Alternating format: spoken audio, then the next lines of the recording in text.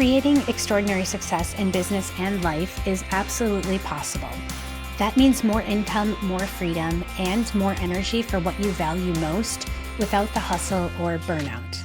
I'm Laura Flood, certified success and high performance coach, CEO for over 30 years, and a multiple seven-figure entrepreneur. I've built a profitable, sustainable business while prioritizing my family, my health, and my happiness, and I'm here to help you do the same. This is the Redefining Success Podcast, where I'll share the strategies, tools, and the mindset shifts to help you grow with intention, live a life you love, and create lasting happiness, wealth, and freedom without losing yourself in the process. Let's dive in.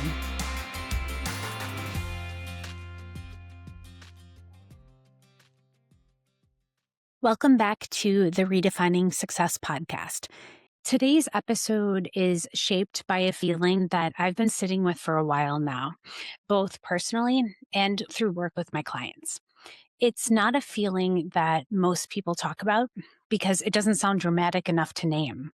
Most of the time, life is working, choices are being made, but your mind keeps revisiting things that should already be finished. You wake up already mentally engaged. Your mind is active even before the day begins. So there's nothing really urgent happening in that moment, but there's this quiet awareness of everything that exists around you. You're thinking about conversations that need follow-up or all of the decisions that feel open and responsibilities that don't turn off when the workday ends. So most people assume that this feeling means they're overwhelmed by doing too much. And that's not usually true for people like you who are listening to this podcast. What I see is more often it means that they're carrying way too much internally. They're carrying more active decisions that never fully finish inside their mind. Over time, that constant internal decision making, it creates this kind of fatigue that isn't tied to effort, but tied to how many choices never fully close. I see this with people who are already deeply capable, people who lead teams, they run businesses, they manage households, and make decisions every day that affect others. They don't panic under pressure or fall apart when things get busy. They really handle responsibility well. But what they struggle with is the constant mental engagement that never fully powers down. Leadership at this level, it drains energy when their minds keep monitoring choices that really should be already complete. They're thinking even when they don't want to be, evaluating when nothing requires a decision, or just holding space for things that technically don't need attention anymore. Over time, that creates a specific internal experience. Leadership starts to feel heavier, decisions feel louder, and the sense of being behind shows up even when there's no clear evidence to support it. This is where clarity becomes essential. Not clarity like a planning exercise or a list of goals, but as an internal state that allows the mind to settle. When you have clarity, decisions land a lot easier. They don't linger or follow you around asking for reassurance. But when you lack clarity, even the small decisions, they stay active in the background. They take up space and your energy. This creates mental noise that most people don't even realize that they're carrying. I want you to notice something as you listen today. Notice how often you revisit decisions that you've already made. Notice how often your mind goes back to conversations that are over and choices that are settled or directions that you've already committed to. This revisiting, it's a signal. It's a signal that clarity hasn't fully landed yet. And what makes this tricky is that high achievers are so good at functioning without clarity. They can still perform and still lead. They can still produce amazing results, but the cost shows up quietly. It shows up as fatigue, irritability, or this vague sense of pressure that never fully lifts. And this episode is about that experience. It's about why clarity stabilizes decision-making so quickly and how leadership begins to feel lighter when internal noise quiets down. And why, this is a big one, why so many successful people feel behind even when nothing is actually wrong. And as you listen, you don't need to analyze or fix anything. I want you just to notice where your own mind feels crowded. Notice those open decision loops that you've been carrying around much longer than necessary. Because clarity, it doesn't require more effort, but it does require some closure. And then everything about leadership, it starts to shift. And that's where we're going today. I want to talk about why successful people still feel behind. And I believe that this is one of the most understood experiences at higher levels of leadership.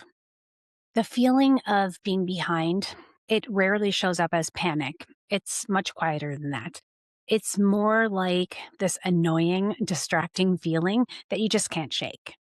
You wake up already aware of everything that's waiting for you and not necessarily feeling anxious, but mentally, you're just occupied in this different way. Your mind feels full before the day even begins. And what makes this so confusing is that objectively, things are working. The business is moving, people are being served, responsibilities are being handled, and from the outside, there's no obvious reason for pressure. But internally, there's this sense that you should be further along than you are, even when you can't clearly define what further along actually means. I've had countless conversations where someone says, I don't understand why I feel like this. Nothing's falling apart. Everything is good. And that sentence really matters because when nothing is falling apart and you still feel behind, the issue isn't execution, it's internal load. As people grow into more responsibility, the nature of their decisions change. So early on, decisions feel pretty concrete. What to do next or who to work with, how you're going to gain traction. But as your success builds, your decisions become more abstract. Like what deserves your attention now? What can wait? Or what actually matters at this level? And those questions, they don't really have obvious answers. They require internal clarity to resolve. And when clarity is missing, your mind compensates by holding everything open. It keeps all of the options alive. It keeps questions circulating and it just revisits decisions that have already been made, not because they were wrong, but because they didn't feel settled. And this is where the sense of being behind comes from. It's not from a lack of progress, but it's from a lack of closure. When decisions stay open, your mind keeps spending energy on them. And that ongoing expenditure is what eventually feels like being behind. I see this most often in thoughtful, conscientious leaders. They care about the impact of their decisions. They don't move impulsively. They consider others and they always think ahead. Those are strengths. But without clarity, those strengths, they turn into mental overextension. They don't just make decisions, they keep carrying them everywhere they go. I worked with a client, Sarah, who described her days as feeling mentally crowded. She wasn't really overwhelmed by tasks, but she was definitely overwhelmed by thoughts. So every decision that she made seemed to stay with her. She was replaying conversations in her head. She was reconsidering all of her choices that she made. And she was always wondering if she should follow up, adjust, or refine what she already did. By the time evenings came and it was time to spend time with her family, she was so depleted in a way that didn't match her actual workload. When we slowed things down and really looked at what was happening, it became clear that her mind never got the signal that decisions were complete. She was functioning in this constant state of internal readiness. And that state, that state is exhausting. It keeps your nervous system engaged even when there's no immediate problem to solve. And over time, this creates the sense of always being behind because nothing ever fully lands. And another client, she shared that she felt like she was always preparing for something. She had a general sense that something needed attention. She couldn't relax into all of her accomplishments. She was moving from one responsibility to the next without ever feeling caught up. When we traced that feeling back, it wasn't tied to our calendar. It was tied to all of these unresolved internal questions, decisions that were technically made, but they were emotionally unfinished. This is why productivity tweaks, they rarely solve the problem. You can optimize a schedule and still feel behind. You can delegate tasks all day long and still feel mentally full. You can take time off and keep coming back to all of that same internal pressure. And the pressure isn't coming from the work, it's coming from all of that unresolved decision load that you're carrying with you everywhere you go. And clarity changes this by closing the loops. When a decision is clear, it settles and it stops asking for your constant attention. And it doesn't need to be justified repeatedly or revisited unless the circumstances genuinely change. And that settling, it's what creates relief. So I want to be specific here because I really think that this matters. The relief people feel when clarity enters isn't emotional in the traditional sense. It's cognitive. It's the absence of constant internal checking. This is when your mind releases its grip. And I've watched people physically relax when this happens. Their shoulders drop, their speech slows down, and their thoughts really just become more linear. They stop scanning for what might be missing. And almost always, they say some version of, I didn't realize how much I was carrying. So that's the hidden cost of success without clarity. The more capable you are, the more you carry. And the more you can carry, the less obvious the strain becomes because one day it just all of a sudden shows up where everything feels heavier than it should. And the goal isn't to reduce responsibility. The goal is really to reduce all of that internal noise. And what I found is clarity gives your nervous system permission to relax. It tells your mind that decisions are complete, your priorities are known, and nothing's being ignored. Once that happens, your internal experience changes, and the sense of being behind, it really begins to dissolve. So that shift alone can change how your leadership feels, how your days unfold, and how your energy returns. That's why clarity matters so much. I want to talk for a minute about how unclear priorities really drain your energy. Because a lot of people say that they're tired, but it's usually because they assume that it's because they're just doing too much, too many hours, too many responsibilities and demands of their time. And that explanation makes sense on the surface, but it doesn't really hold up when you look closer. Some of the most exhausted people I work with, they're not working extreme hours. Their calendars are reasonable. They take breaks and they have a lot of support, in both work and home. On paper, their workload should really be sustainable. And yet they feel so worn down in a way that rest alone, it never seems to fix. That kind of fatigue, it comes from friction. It's the fatigue that comes from making way too many small decisions all day long that never feel complete. And friction shows up when the mind is constantly sorting, evaluating, and reevaluating what matters. When your priorities aren't clear, everything pulls at you in small ways throughout the day. You sit down to work and you immediately feel this subtle pressure to choose. You have to start thinking about which task first and what deserves your focus. What can actually wait at this point? Or what might be more important than what's already on your list? Those questions, they require so much energy to answer.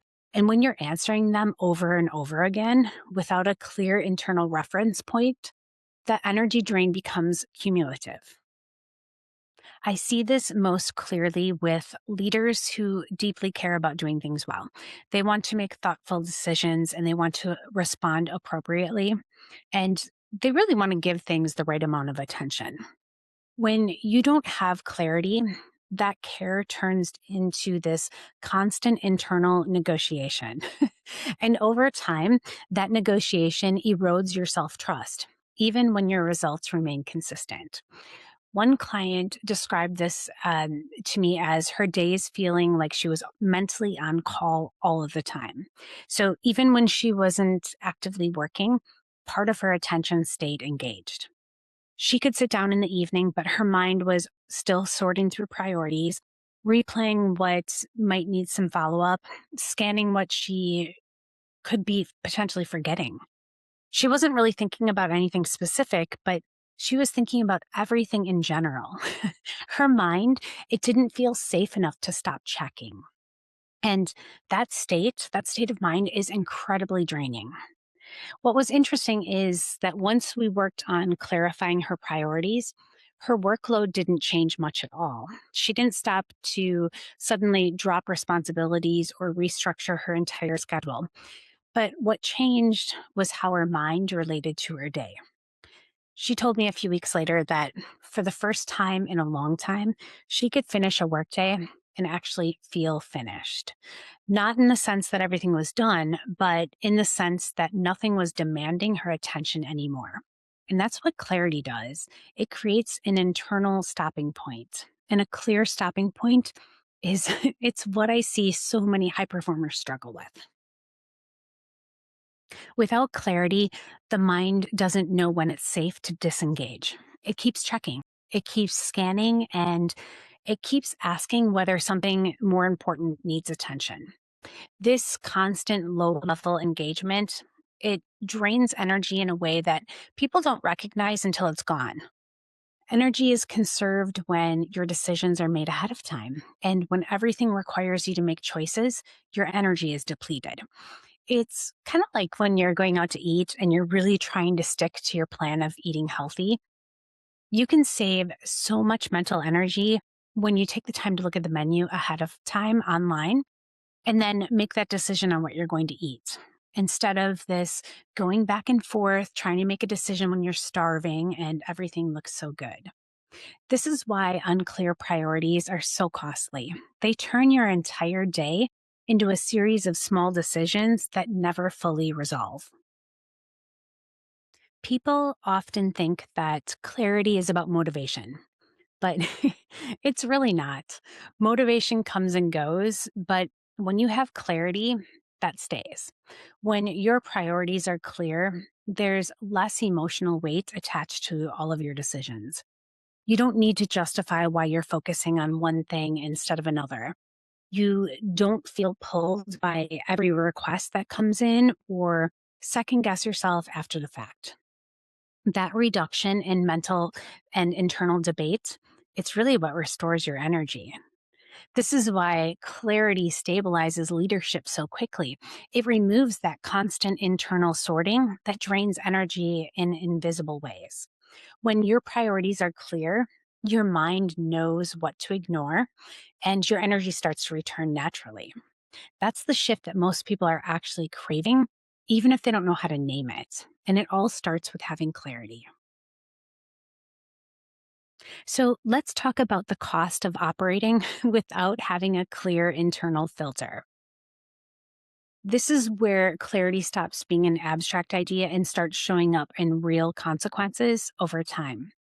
Operating without a clear internal filter doesn't usually create immediate problems. That's why it goes unnoticed for so long. Most people can function this way for years. They still perform, they still lead, and they get results. But the cost shows up gradually. It shows up as a subtle resistance, and it's often a quiet reluctance around decisions that used to feel straightforward. There's this sense of mental fatigue that doesn't actually match the actual demands of the day. And sometimes it shows up as this growing hesitation around commitments that once felt manageable. So, what's happening underneath all of that is really simple. Without having a clear internal filter, every decision requires active engagement. And as long as a decision remains as a thought, it continues to cost energy. So when nothing is pre-sorted or clearly in or clearly out, everything has to be considered each time it appears. And that content consideration, it really wears people down. I see this especially with leaders who have built their success by always being available and responsive. Early on, that flexibility, it's an asset. It helps you grow. It really helps you build those relationships and gives you more opportunities. But over time, without a filter, that same flexibility, it turns into overexposure. Everything gets access to your attention. All of the requests, they feel heavier because you haven't decided how to evaluate them. You'll find that conversations take longer because you're thinking and you're processing them in real time. Your boundaries start to feel uncomfortable because you're deciding them on the spot instead of from a grounded internal position. One client explained it by saying she felt like she was always deciding in the moment. She never really felt grounded in her decisions. She felt so reactive, even though nothing urgent was happening. And that's what life feels like without an internal filter, reactive and always feeling busy without there really being a sense of urgency. You feel tired when you're not even overworked. Another client, Emily, she noticed the impact most clearly in her leadership role. She started to avoid certain conversations. And these weren't difficult conversations, but they felt mentally expensive. She knew that the conversations would require explanation, justification, or just take up a lot of her emotional energy. But once we worked on clarifying her internal filter and her position was then clear, those conversations became a lot easier.